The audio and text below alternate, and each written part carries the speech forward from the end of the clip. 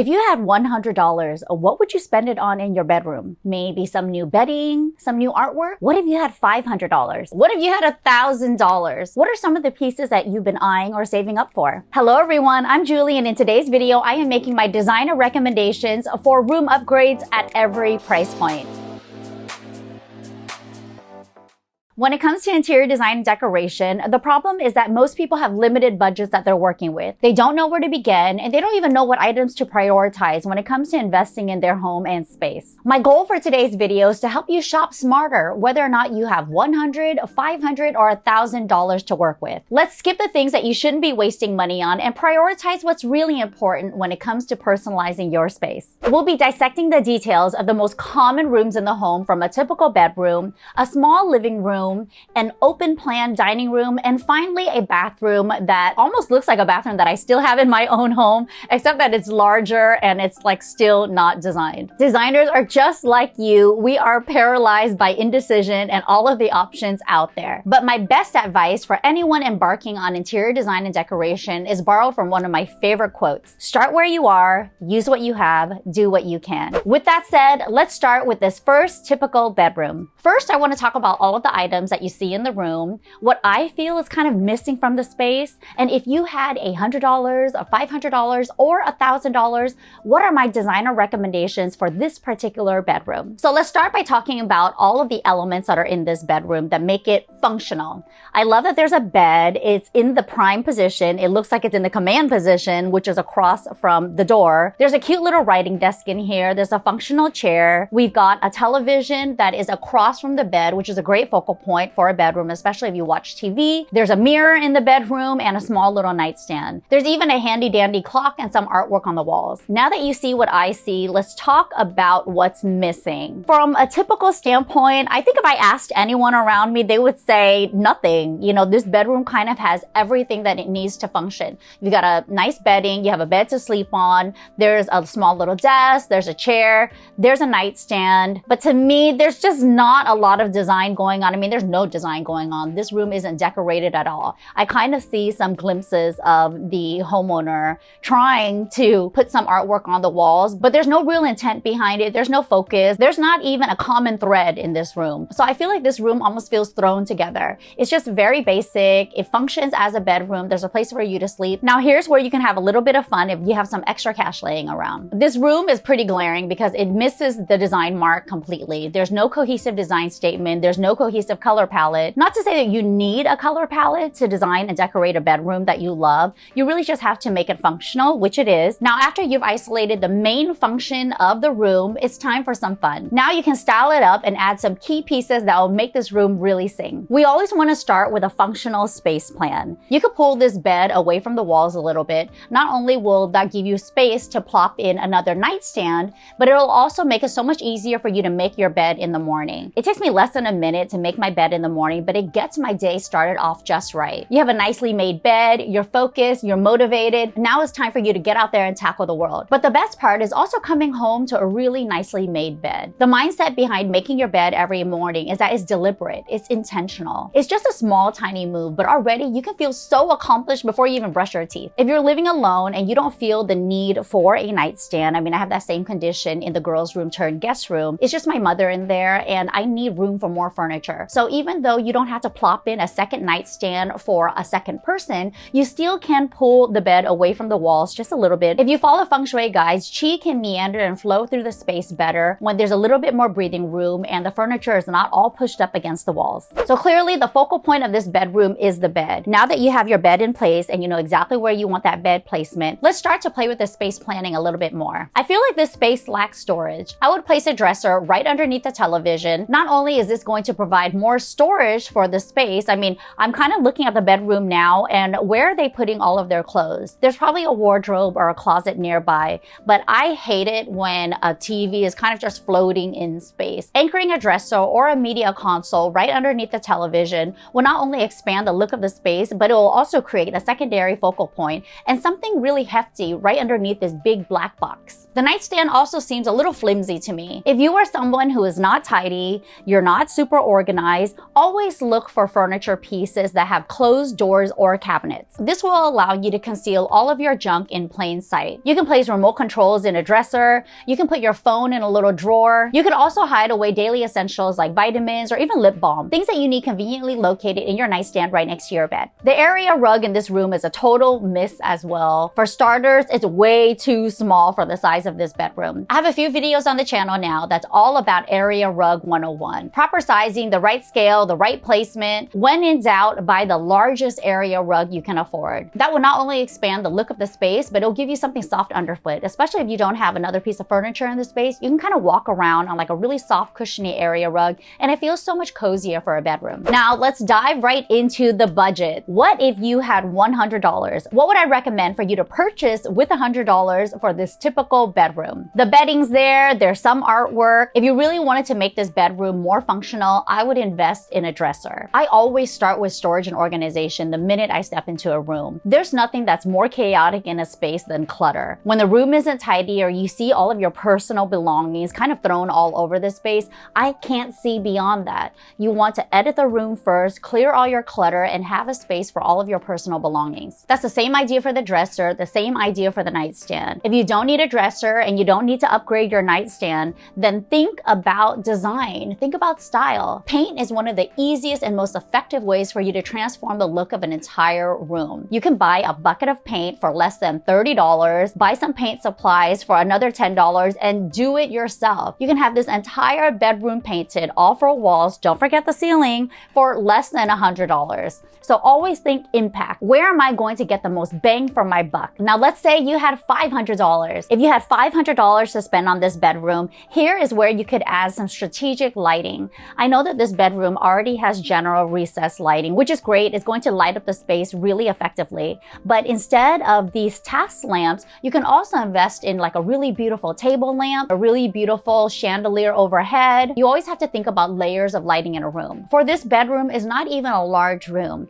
but I always want maximum control of all my lighting. You could use part of that $500 budget to put all of your lighting on dimmers. You can put the recessed lighting on dimmers. If you invested in a chandelier or a pendant, you can put that on dimmers as well. What this is going to do is give you complete control of the lighting from day to night. At night, I like a moodier space. I would turn off or dim all of the general lighting or anything that's happening from up above, and then turn on all of those moody table lamp lights. Now for $1,000, you could make over this entire bedroom starting with the bed frame. I would invest in a really cute upholstered bed frame. I love to have something really soft and cushy behind my head for solid support. Remember that feng shui loves cushioned headboards. I love these types of bed frames because it's so clean and modern. If you get those low platform beds that sit almost to the ground, you don't have to clean underneath it. If you feel like your room has low ceilings, the space is not that large, then you can look for leggy furniture. Look for a leggy bed frame that pulls everything up off the floors, which visually expands the size of the room. After addressing the bed frame, you can invest in a quality mattress. You spend 30% of your life in bed. I know you hear this all the time. So after investing in a nice bed frame and a quality mattress, you could also up your bed sheet game. I love really crisp white or ivory bedding. I start that as a foundation for the bed, and then you can start to layer on really cute accessories in the style and color that you like. You can swap out throw pillows, throw blankets, quilts, coverlets. The focal point of a bedroom is all about the bed. So for me, it's the star of the show. Did I cover everything?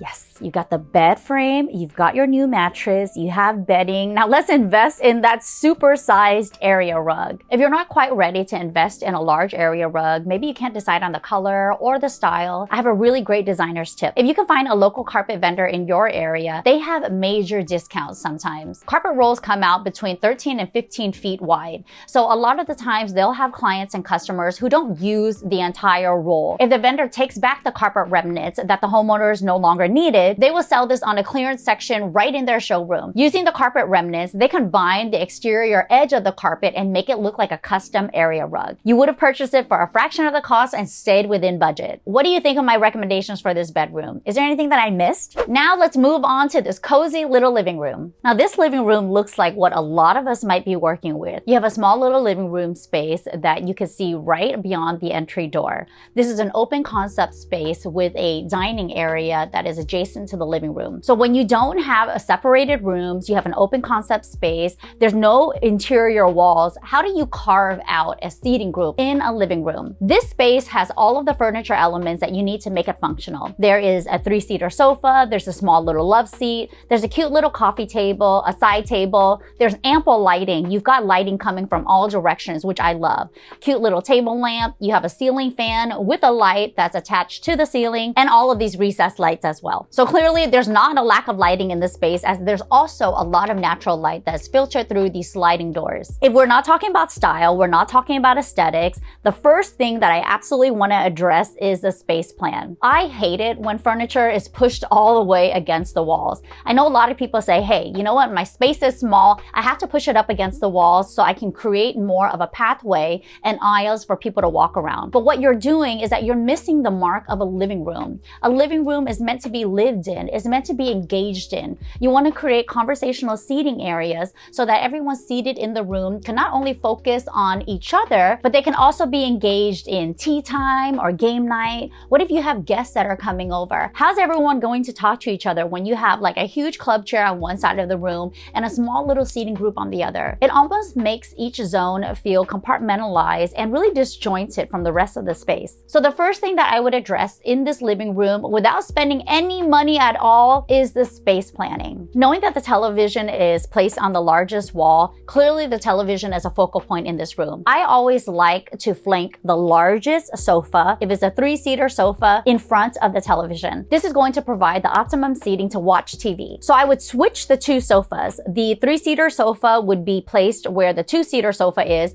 but you want to bring it more into the room and away from the walls. Remember that we're trying to create a cozier seating group. I would then swap the love seat with the 3-seater sofa, and then you can place that recliner opposite both the love seat and the sofa, so you're creating that conversational seating group. Now everyone can have prime seating when watching the television. So after we switch the sofa around and the love seat around, you could place the coffee table right in the center of the seating group. I would then move that side table and table lamp to the corner of the seating group so that you can clear the path of egress. I hate walking into furniture, especially when you open the front door. It's more welcoming to walk into an open furniture plan versus seeing the back of a sofa or the back of an entry table. As a designer, I want to anchor this seating group with a large area rug. But as a homeowner, I know that sometimes that's just not feasible. Let's say that you have aging parents in place. You know, they might have a walker, they might have wheelchair. I'm experiencing that right now with my own mom. So I understand. I have all of these soft surfaces. She's like kind of bumping into everything. So I understand the functionality of having an area rug. It's soft underfoot, it's cozy, it helps with acoustics, especially when you have hard tile floors or hardwood floors like this space. So even though for me an area rug is one of those must-haves, I also understand that not everyone can live with that. Okay, now let's start with the budget that you might have in hand. For $100, what would you do with this space? I think for $100, the first thing that I would do is swap out this ceiling light. I hate ceiling fans. I just think they're so dated, and obviously, I mean, it really dates this room. If you are in a hotter climate, you're not going to replace that ceiling fan. I know it's super functional, but you can swap it out for a more modern fan with a cute light that's attached to it. I would also remove all of the art from the walls and that far photo frame that's kind of on the side of the sliding door patio. Artwork doesn't need to be beautiful. It doesn't need to be cohesive. I feel like it just needs to make sense to you. There's a lot of mishmash artwork on these walls. I feel like if you just dedicated it to one wall and created like a really beautiful 3-dimensional gallery, it would have more impact rather than having them kind of all over the place. For $100, you can also swap out some of the throw pillows. I actually like the sofa and the love seat. It's a very retro type of mid-century shape and design. The color is really neutral. This gives you an opportunity to inject more color and pattern into the space. Now, if I had $500 for this space, I would invest in upgrading the coffee table and the side table. I am not someone who likes matchy-matchy furniture. The sofa, the love seat, the coffee table, the side table, this looks like the exact same set. If you had $500 to spend in the space, I would definitely break up this matching set of furniture. The love seat is the same as the sofa, which is the same as the coffee table, which is same as the side table. I know that because all of the legs are the same color. It's the same finish. For me, that just screams monotony. I'm not into that. Clearly, I'm a professional designer. I like to walk into a space and know exactly who lives there. You can add more personality into your living room by breaking up a living room set. If you love the warmth of wood, wood, you could invest in a wood coffee table, but you could also break it up with like a cute little glass side table, or you can keep the existing side table since it matches the love seat and the sofa and change up the coffee table only. That $500 could also be spent on an entirely brand new area rug. For this space, it almost looks like you need at least a 9x12 area rug. Remember that you want all of your furniture to sit on top of the area rug. If you can't do that, then at least have the front 2 feet of the sofa or the love seat on the area rug, and of course the corner of the recliner should be on the area rug as well. Now for $1,000, let's look back at our focal wall. The focal wall seems like a large expansive wall and it's only housing this television. I feel like a leggy console just like this has too much open space. I would definitely invest in a more solid piece of furniture for the media console. You can hide all of your video equipment back there, your gaming consoles. If you look at the coffee table and the side table, you'll see that the homeowners actually stuffed some more personal belongings in here. And plus it's glass, it's see-through. So you're seeing all of this junk in plain sight. How about hiding all of this behind a media console that has drawers and doors? If you feel like the media console works just fine for this room, let's address the window treatments. You can purchase prefabricated curtain panels for less than $20. I love lining all windows with a combination of sheer panels, just so you can get all of that natural daylight filtered through. And then I layer it with either blackouts or lined panels, just depending on what the room is in. If you don't have privacy issues in your backyard, you could layer your window treatments exactly like how these homeowners did. You have these gauzy panels that lets all of that beautiful light through. But this installation just looks really cheap to me. Clearly, they're using cheap panels. It doesn't even touch the floor, so the size of it is all wrong. I would pull the drapery rods a little bit closer to the ceiling. This looks like 8-foot ceilings, maybe 96-inch ceilings, which is typical for US Western homes. If you pull the rods up and you purchase panels that kind of kiss the ground, almost fall all the way to the ground, you've elevated the look of the window treatments and the look of this entire living room. Now, what do you think of my recommendations for this living room? At $100, $500, and $1,000, what would you do differently in this space? Moving on to the dining room. We are still in the same house. You'll see that same living room that's adjacent to this open concept space. This is also very typical for these types of homes. You have an open concept kitchen and a small little area that's almost carved out for a dining room. But you have to remember that this is your home. There is no rule that says you have to use this space that's right next to the kitchen for a dining room. You could also use the living room as your dining room if you want a larger dining table and space. Just looking at this dining area, it seems really cramped. So much so that the homeowners actually pushed this small little 6-top table against the wall to free up more space. If you're short on space and you want to seat more people at a dining table, you have one of two choices. Number one, you can move that dining table to another room that supports the size of your table. Your second option is to change the shape of the table. Square tables and rectangular tables have these sharp corners. They're 90-degree angles. So if you have a smaller space, always think of rounded tables. A round dining table or even an oval dining table doesn't have those sharp corners that you're going to bump into. So what this allows you to do is place chairs around the table versus having it on sides and an end. You always want to measure the room first and know the shape of the room that you're working with, especially for a dining table. If it's an open concept space, you might not have any walls to measure, but you can look at the flooring transitions. You'll see that there's hardwood on one side and tile on the other. So you can measure just that tile parameter and know exactly what size dining table that you can fit into the space. Here's a little cheat sheet when measuring a space for a dining table. You want to start by sketching out the shape of the room. Now measure the length and the width of the room. After doing that, you can subtract 36 inches away from the walls. You need 36 inches around the perimeter of a dining table so that you can scoot your dining chair in and out. Remember that that is the maximum size for your dining table. You can always go smaller depending on how many people you need to seat. Now let's get into budget. For $100, I mean, you can't do a whole lot since in a dining room, there's only so many pieces of furniture. Can you swap out all 4 chairs for under $100? Maybe, but I wouldn't swap out really solid heavy-duty chairs for something flimsy. I feel like the minimum that you should spend on a dining chair is $100, but that's for one single chair. Now you need to outfit 4 chairs, so $100 would be best spent on brand new window treatments. Maybe window treatments that is going to echo the same style, same color or pattern as the adjacent wall in the living room. You can use that $100 towards a drapery rod, new panels. You might need 2 sheer panels, 2 blackout panels, or 2 line panels. So already that $100 is spent towards 4 different curtain panels and a brand new drapery rod. I would skip table decorations completely. I don't like a whole lot of things on my dining table. My team works at my dining table. My kids do homework at the dining table. So I like a clean and uncluttered dining table in my home. I don't think it's worth it to spend $100 on table decor when you have to clear the table to make it usable. Now for $500, I would definitely invest in brand new dining chairs. In a dining room, I always recommend for you to splurge on the chairs and skimp on the dining table. That's because everyone sits in the dining chair. You use a dining chair more than just having your hands plopped on the table. So use that $500 wisely and invest in really comfortable dining chairs. Now, if you had $1,000 to make over this dining room, you can have a completely brand new look. Invest in a really nice dining table.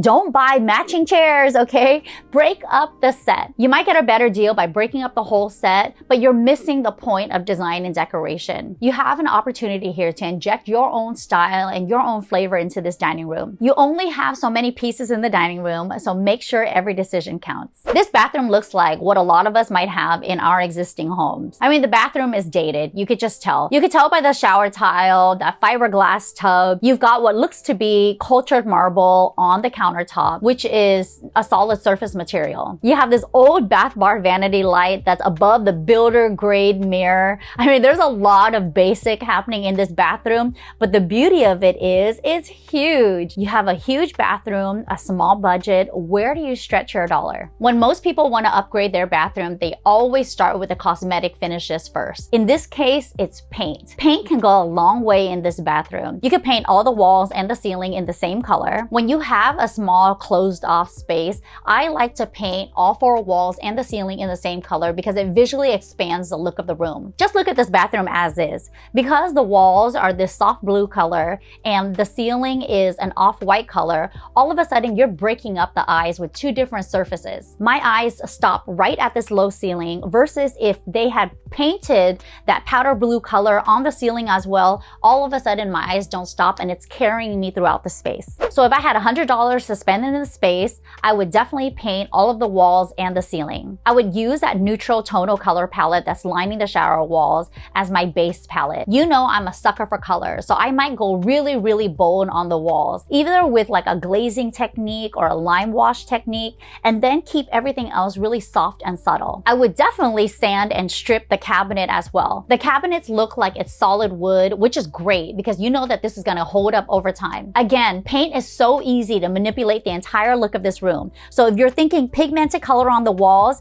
you could keep the countertop and the vanity cabinet in the same tonal colors. Then all of a sudden, the shower tile wall and the countertop and your newly painted vanity is going to look like a brand new bathroom. Now that's $100. For $500, here's where you can have a little bit more fun in this bathroom. You could add a frame to these builder grade mirrors so it looks a little bit more substantial. You could remove the builder grade mirrors completely and just install freestanding mirrors that are right above the sink. I might have exhausted that $500 budget with new paint, new vanity finish, new lighting, new frames, or new mirrors. Now let's talk about the faucets. Sink faucets are so easy to replace and do it yourself. I've watched a couple of YouTube videos to know how to do this myself, and I'll tell you, it's so much easier than you think. You could purchase brand new faucets to swap out. I think matte black is really modern. I love unlacquered brass, but that's a very traditional kind of aesthetic, and I don't think it really vibes with the existing finishes that are in this room, especially if you're only looking for cosmetic changes. You could also elevate the look of the drawer fronts with hardware. Even though the existing cabinets didn't have any hardware, I could totally see like really cute knobs on the cabinets, and I can also see new handles that coordinate with the entire look. If you have old shower tile that you want to replace, but you're not sure what yet, let's say you have a very limited budget of $100, but you hate the look of the shower tile. I've actually painted over old shower tile in my guest bathroom before, and it was so easy to do. You have to first sand and prep the walls. You have to prime it before you put on the final coat of this almost like an epoxy lacquer. It's a thicker varnish than just regular latex paint, but this thing really works. Check out this DIY I did from my guest bathroom makeover. It was such a labor of love. I had old black and white tile that just didn't vibe with my current aesthetic. I wanted just a clean white shower, and here's how it turned out. I love it. The bathroom is just so much more eclectic now. I added in a lot of thrifted artwork along with really strategic finishing touches. There's wallpaper on the wall, there's wallpaper on the ceiling, there's brand new light fixtures in the space. I completely swapped out the entire vanity cabinet. It used to be a pedestal sink, which was functional, but it had no storage whatsoever in this tiny bathroom. My guest bathroom was half the size of this bathroom that you see here, but I still managed to spend over $2,000 on this makeover. So can you imagine if you had $1,000 to spend in this particular bathroom? Where can you see yourself stretching that budget? That's it for today's video. What did you think of my designer recommendations for room upgrades for every room in your home? We tackled the bedroom, the living room, the dining room, and bathroom. Are there any rooms that you want me to address in a future video? If you have a bit of a budget to spend on interior design and decoration, and you're ready to tackle key areas of your home with a master plan in mind, I have a really great playlist on the channel now. It's called Design Hacks, 5 things every room needs. We've got entryways, all the rooms discussed in this video, and even home office hacks for those working from home. All of the items featured in today's video will have links for you to shop the look below.